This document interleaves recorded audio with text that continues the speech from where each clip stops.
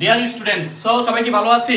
তো আজকে আমাদের টপিকটা কি বলেন তো, সৃজনশীলে কিভাবে 10 এ 10 পাওয়া যায়। আমরা অনেক স্টুডেন্ট আছি সৃজনশীলে 10 এ 10 পাই না, বাংলা যখন লিখতে যাই। তো আজকে আমরা 6 থেকে শুরু করছি, 6 7 8 9 10। সবাই ভিডিওটা ভালোমতো দেখবে এবং শেয়ার করে দিবা।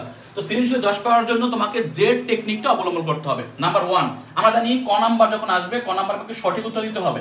কি উত্তর দিতে হবে স্যার? সঠিক উত্তর। অর্থাৎ যেটা আমাকে বললো যে মাদার তেরেসা কত সালে জন্মগ্রহণ করেছে, কে বলতে পারবেন? মাদার তেরেসা কত সালে জন্মগ্রহণ করেছে বলো তো? 1933।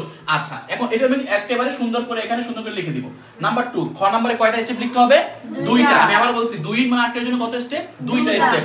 এক স্টেপে মনে করো তোমাকে বলবে যে কি বলছে। দেখি আমরা এখানে দেখি যে আমাদের এখানে প্রশ্ন যদি দেখি সবাই, ধরো মাদার তেরেসা গাউন ছেড়ে শাড়ি পরেছিলেন কেন, এর কারণটা আগে দিব, এরপরে আমি ব্যাখ্যাটা দিব। কি বলছি? এখানে দিব কারণ, এখানে কি দিব স্যার?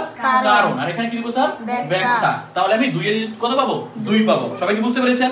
ওকে, নাম্বার গ তে আসেন। গ তে আমাকে বলেছে উদ্দীপকের রহিমা খাতুনের সাথে মাদার তেরেসার গল্পের কি মিল রয়েছে। তোমাকে অবশ্যই এখানে বলে দিবে, প্রত্যেকটা উদ্দীপক একই কথা বলবে। তাহলে ফার্স্টে আমি লিখবো কিভাবে লিখলে 3 এ 3 পাওয়া যায়।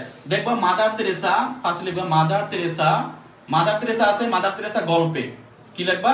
গল্পে। এখানে তুমি লিখে দিবা কি মাদার তেরেসা গল্পটি কাব্য থেকে নেওয়া হয়েছে, কাব্যগ্রন্থ থেকে নেওয়া হয়েছে না ছোট গল্প থেকে নেওয়া হয়েছে। এখানে অবশ্যই এই কথা যদি উল্লেখ করো তাহলে তুমি প্রথম স্টেপই 1 পেয়ে যাবে। তো মাদার তেরেসা গল্পের কোন কাব্যগ্রন্থ থেকে নিয়েছে, ওই কাব্যগ্রন্থের নামটা বলতে হবে। এবার কি মিল আছে, মিলটা লিখতে হবে। বুঝতে পেরেছি? 1 নম্বরে। 2 নম্বরে যদি গিয়া তুমি কি করবা, এখানে কি প্রতিফলন ফুটে উঠেছে, প্রতিফলন। 2 নম্বর স্টেপ কি দিবা স্যার? প্রতিফলন। আচ্ছা, আর 3 নম্বর স্টেপে কি দিবা বলো তো? 3 নম্বর স্টেপ দিবা আমাদের মাঝে এটা কোথায় দেখা যাবে, কি ঘটনা ঘটে সমাজের মাঝে, সমাজের যে ঘটনাগুলো। কারণ আমরা জানি মাদার তেরেসা গল্পে 3টা জিনিস নিয়ে কাজ করছে। নাম্বার 1 নারীদের মর্যাদা। কি নিয়ে স্যার? নারীদের মর্যাদা। এবারে 2 নাম্বার কি বলেন তো? নারীদের কর্মের কি প্রতি শ্রদ্ধা। নাম্বার 3 কি? গরিবদের সহযোগিতা। গরিবদের কি করেছে? সহযোগিতা করেছে। এখন বলতে হবে তোমাদের মাঝে যে গরিবদের জন্য সহযোগিতা করেছিল, তিনি একটা প্রতিষ্ঠান বানাইছে, প্রতিষ্ঠানের নাম কি? নির্মল হৃদয়। কত সালে করছে এটা? 1952। ভেরি গুড, এই তো বুঝতে পেরেছেন। তাহলে এইভাবে আমরা এই প্রতিফলনগুলো দেখাবো। তাহলে 3 এ 3 পেয়ে যাব। এরপর 4 নাম্বার, ঘ নাম্বার কি আসবে? ঘ নাম্বার কয় স্টেপ? 4 স্টেপ। নাম্বার স্টেপে তোমাকে কি মিল আছে? নাম্বার 2 স্টেপে কি করতে হবে? এখান থেকে প্রতিফলন কি কি করছে, আমাদের সমাজের সাথে কোন কোন সামঞ্জস্যগুলো রয়েছে, আর লাস্টে আমাদের কি করণীয়। ঠিক আছে? তাই মাদার তেরেসা থেকে কি শিক্ষা পাই এটা আমাদের লিখতে হবে। সবাই কি বুঝতে পেরেছেন? এইভাবে যদি আমরা সৃজনশীলটা লিখি তাহলে 10 এ 10 পাওয়া সম্ভব। দেখি আপনারা কি শিখেছেন। আমরা প্রশ্ন চলে যাই। নাম্বার 1, স্যার আপনার কাছে যাচ্ছি। আপনি বলেন মাদার তেরেসা কত সালে জন্মগ্রহণ করেন? 1933 সালে। Very good, sit down. আপনি বলেন।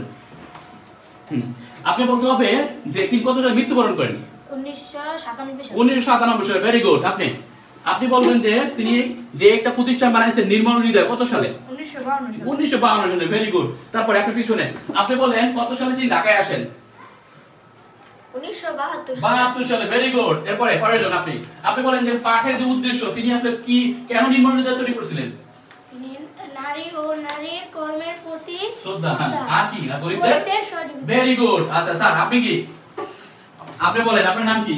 আমার নাম শাফি। শাফি। বলে মাদার তেরেসা কত সালে জন্মগ্রহণ করেন? Mother Teresa